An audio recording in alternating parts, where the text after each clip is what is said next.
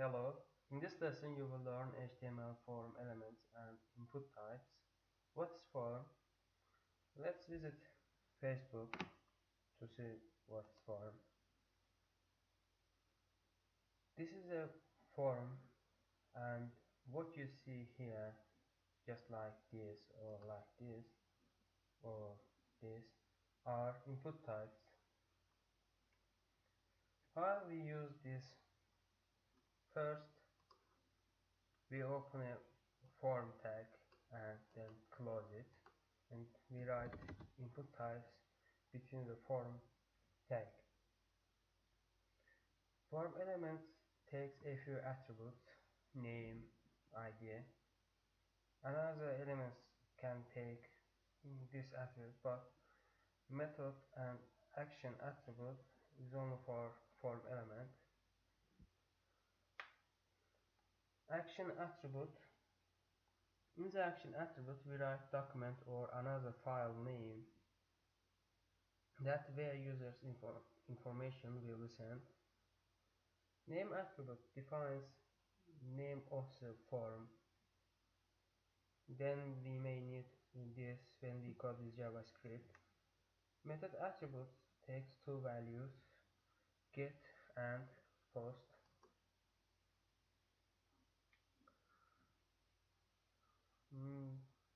Action attribute, we write a document name, for example, something.isp. Method attribute takes get or post. What is the difference between these two values? Imagine that you are a user and you fill this form and press create account. If you have designed your web page and write get in the method attribute, then when user press create account, it will be seen in the address bar. But if you write post, user information will be sent separately. I mean, users will not be able to see it in the address bar. Now let's see input types. I made a list for you. Here is HTML form elements and input types. Some browsers does not support, but some browsers show them differently. And here is the input types that came up with HTML5. We will also have a lesson about it. Today I will show input type text, submit, reset, and password. Type attribute demonstrate type of the form element. So let's get started. First I just open and but pay attention that input tag is a single tag. Don't confuse and don't write it like double tag. Input type text. It defines form element is a text input form. Now I just skip another attribute. I just write value attribute. What we write here will seen in the text box. Let's see. For example, name. Save and launch. You see, this is a text box, and what we write in the value attribute is displayed in the text box. First, I have to delete it and then begin to write username.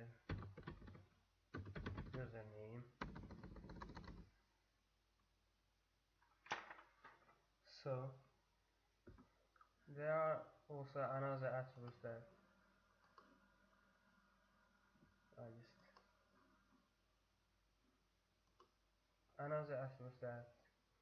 input type text can take. For example, max length.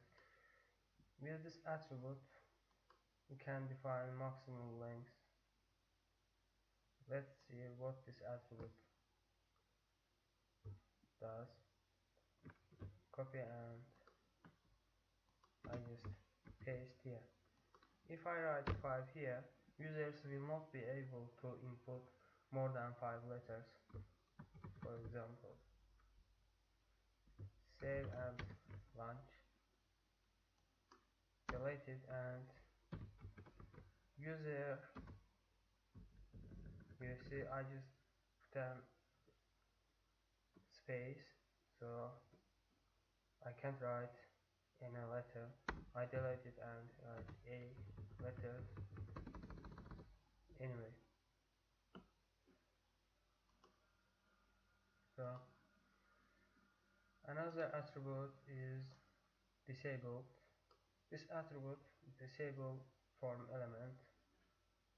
Let's see. Sorry.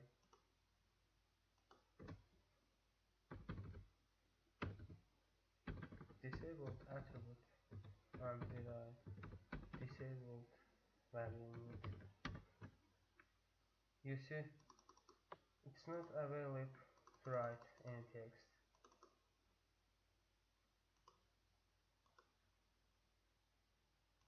Another attribute is read only, and it takes read only value. Read only value. This attribute defines that this text box is only for reading, and we write, for example, username goes here. Save and launch. You see, this is only for reading. Now I just delete disable attribute, see difference, save and refresh the page. You see it's able now, but we can't write because it's for reading. So placeholder attribute. It's a good attribute. What is this? You see there is a writing in the text box first name. When we begin writing, take care, I press A, it's gone. When I delete this letter and it's back. We can do it with placeholder attribute. Placeholder. To use placeholder attribute, you should delete value attribute. So I just delete it. For example, first name, just like in the Facebook, save and launch.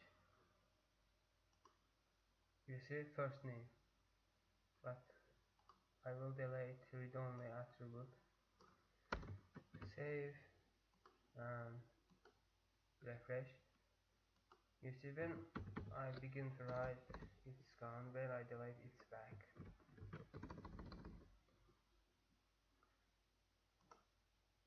So there is another attribute for this input type. For example, of the autofocus, this attribute defines autofocus. I mean, when your web page loaded first time, cursor will be focused in this text box. To see it, I will add another input type. I just duplicate it and change the value, for example, second name, and write autofocus here. You use it like this, not like this. Autofocus, save and refresh the page. Just close the window and launch in another browser. You see, when first time the page loaded, cursor focused in the text box because we write autofocus attribute. So this is it for input type text. You can use disable attribute for other input types or read only or placeholder autofocus. We will see. Now another attribute submit. Input type submit. This button type, it submits informations. For example, I just take it and paste here.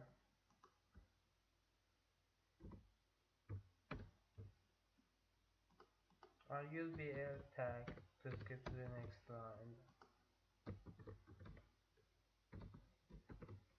The air tag and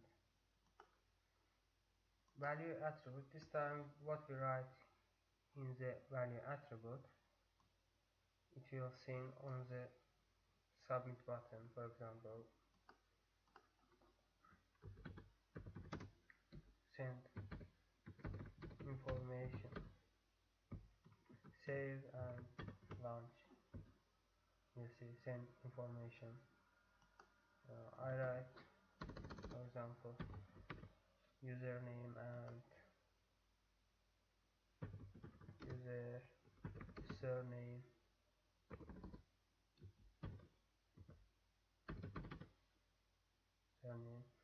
I click here send information. You see, your file was not found because we didn't write any. There is not any file like this because this ISP file doesn't exist. So another input type is reset button. I just duplicate this and write reset. This input types allow us to reset form. For this we write reset, save and launch in your favorite browser. For example, like this. First name, user and surname. If I press reset, form will be reset. See, it's delayed. If I press send information, information will be sent to the document that we declared in the action attribute. Another attribute, no, another input type is password. Password, and I deleted and we don't need this. You can write name attribute, for example, password again, save and launch.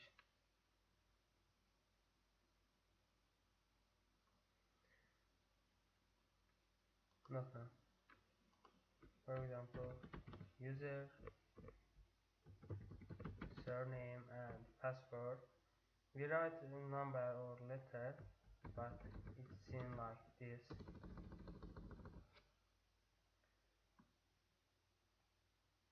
You can use disable attribute for buttons, for example, submit button or reset button. Disabled. We use disabled, save and launch. User is not able to press